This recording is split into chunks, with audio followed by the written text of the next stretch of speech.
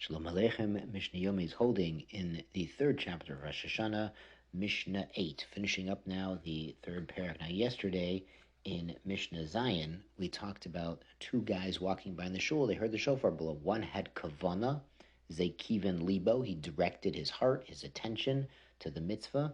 V'zeh kivan libo. But the guy who didn't pay attention isn't yotzi the mitzvah, did not do a mitzvah. Now, in Mishnah Ches, we talk about similar situations in Jewish history.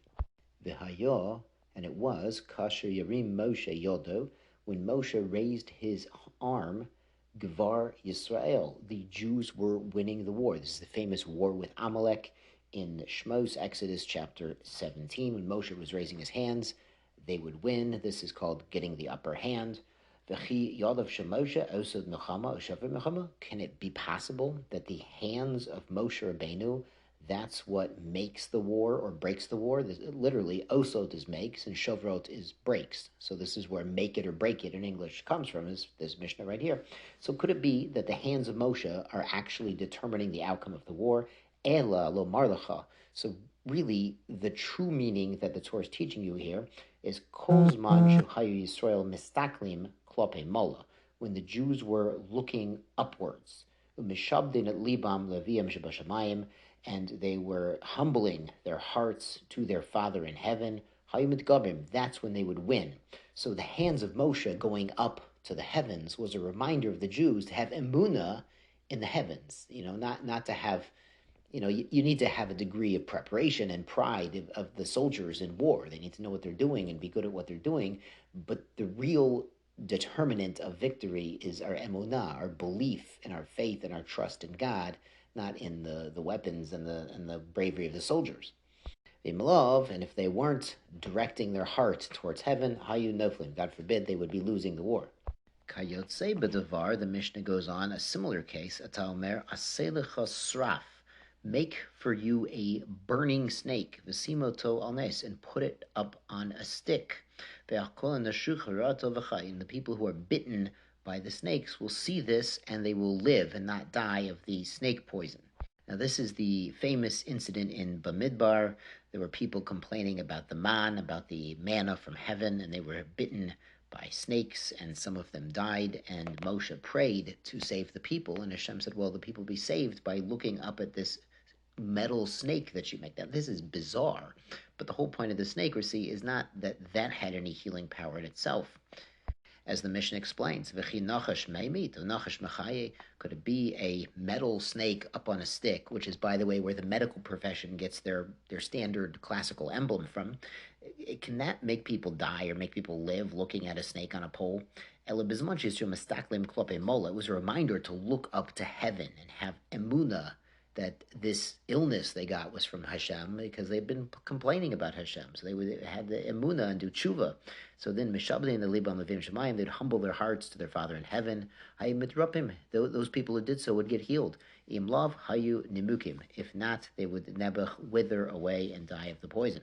So we see, like we said, by the Shofar case, the Megillah case yesterday, that two people can go through the same exact experience and have completely different outcomes. You could have had people looking at the snake and being like, oh, that's just some silly thing that Moshe made, what's going on? And they would die of the illness. And some people look at the snake and realize, I'm looking up, I need to look up to heaven. I need to look up to heaven and look inside myself and see what's going wrong and do tshuva and try to fix myself, and they'd be zoche, they'd be worthy of being healed. Now the Mishnah concludes, cherish shote vekoton, someone who's deaf and mute, he cannot communicate verbally. Shota he's out of his mind, he's deranged. The koton, someone who's not bar mitzvah. Ein motzin to rabbeim yidei chavoton. They cannot blow shofar on behalf of other people to fulfill other people's obligation. Ze'eklal, this is the general rule. Kol she'eino mechuyev b'davar. Someone who's not obligated to do a mitzvah. Eino motzi et rabbeim yidei chavoton. He cannot do that mitzvah on behalf of other people. Conversely, we have a concept of arvus, or arvut, of guarantorship, that every Jew is a guarantor one to another. So even if a Jew already blew the shofar, and he's yotze the mitzvah, he's done with the mitzvah, since he had to do the mitzvah at some point, he can do it again to help other people fulfill their mitzvah as well. He's a guarantor, he's an arev for other Jews. Let's go on to chapter Dalid, Mishnah Aleph, Yom Tov Shel Rosh Hashanah, Shachal Yot B'Shabbat. If Rosh Hashanah is also Shabbos. But Mikdash Hayutoken, they used to blow the shofar in the temple of Oloba Medina, but not outside of the temple.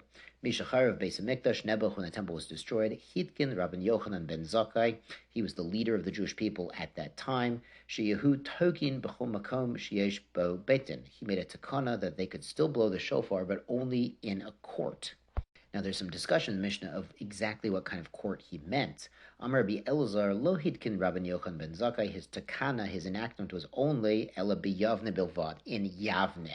As we mentioned when we were discussing the Maisa between Rabban Gamliel and Rabbi Yeshua, Yavne was the first stop of the Sanhedrin after they left Eretz Yisrael, and this same Rabbi Yochanan ben Zakkai convinced Vespasian, the Roman general and emperor, to spare Yavne and allow the Sanhedrin to meet there and reconstitute the governing body of the Jewish people.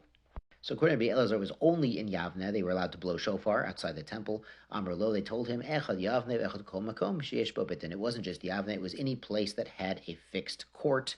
That court could preside over the blowing of the shofar on Rosh Hashanah, which was Shabbos. Now, the concern of other places was, as we mentioned, by lulav. When we're talking about Sukkot, carrying a lulav on Shabbos, not everyone knows how to use the lulav properly, so they might carry it to the Rebbe or carry it to the shul and ask people, and they would end up carrying it in the public domain on Shabbos, which is forbidden. So it's the same concern with the shofar. Not everyone's an expert in blowing all the kolot of shofar. They might go and ask somebody. They're carrying the shofar on. They might carry it through Rosh Hashanah. So the takana was in a court.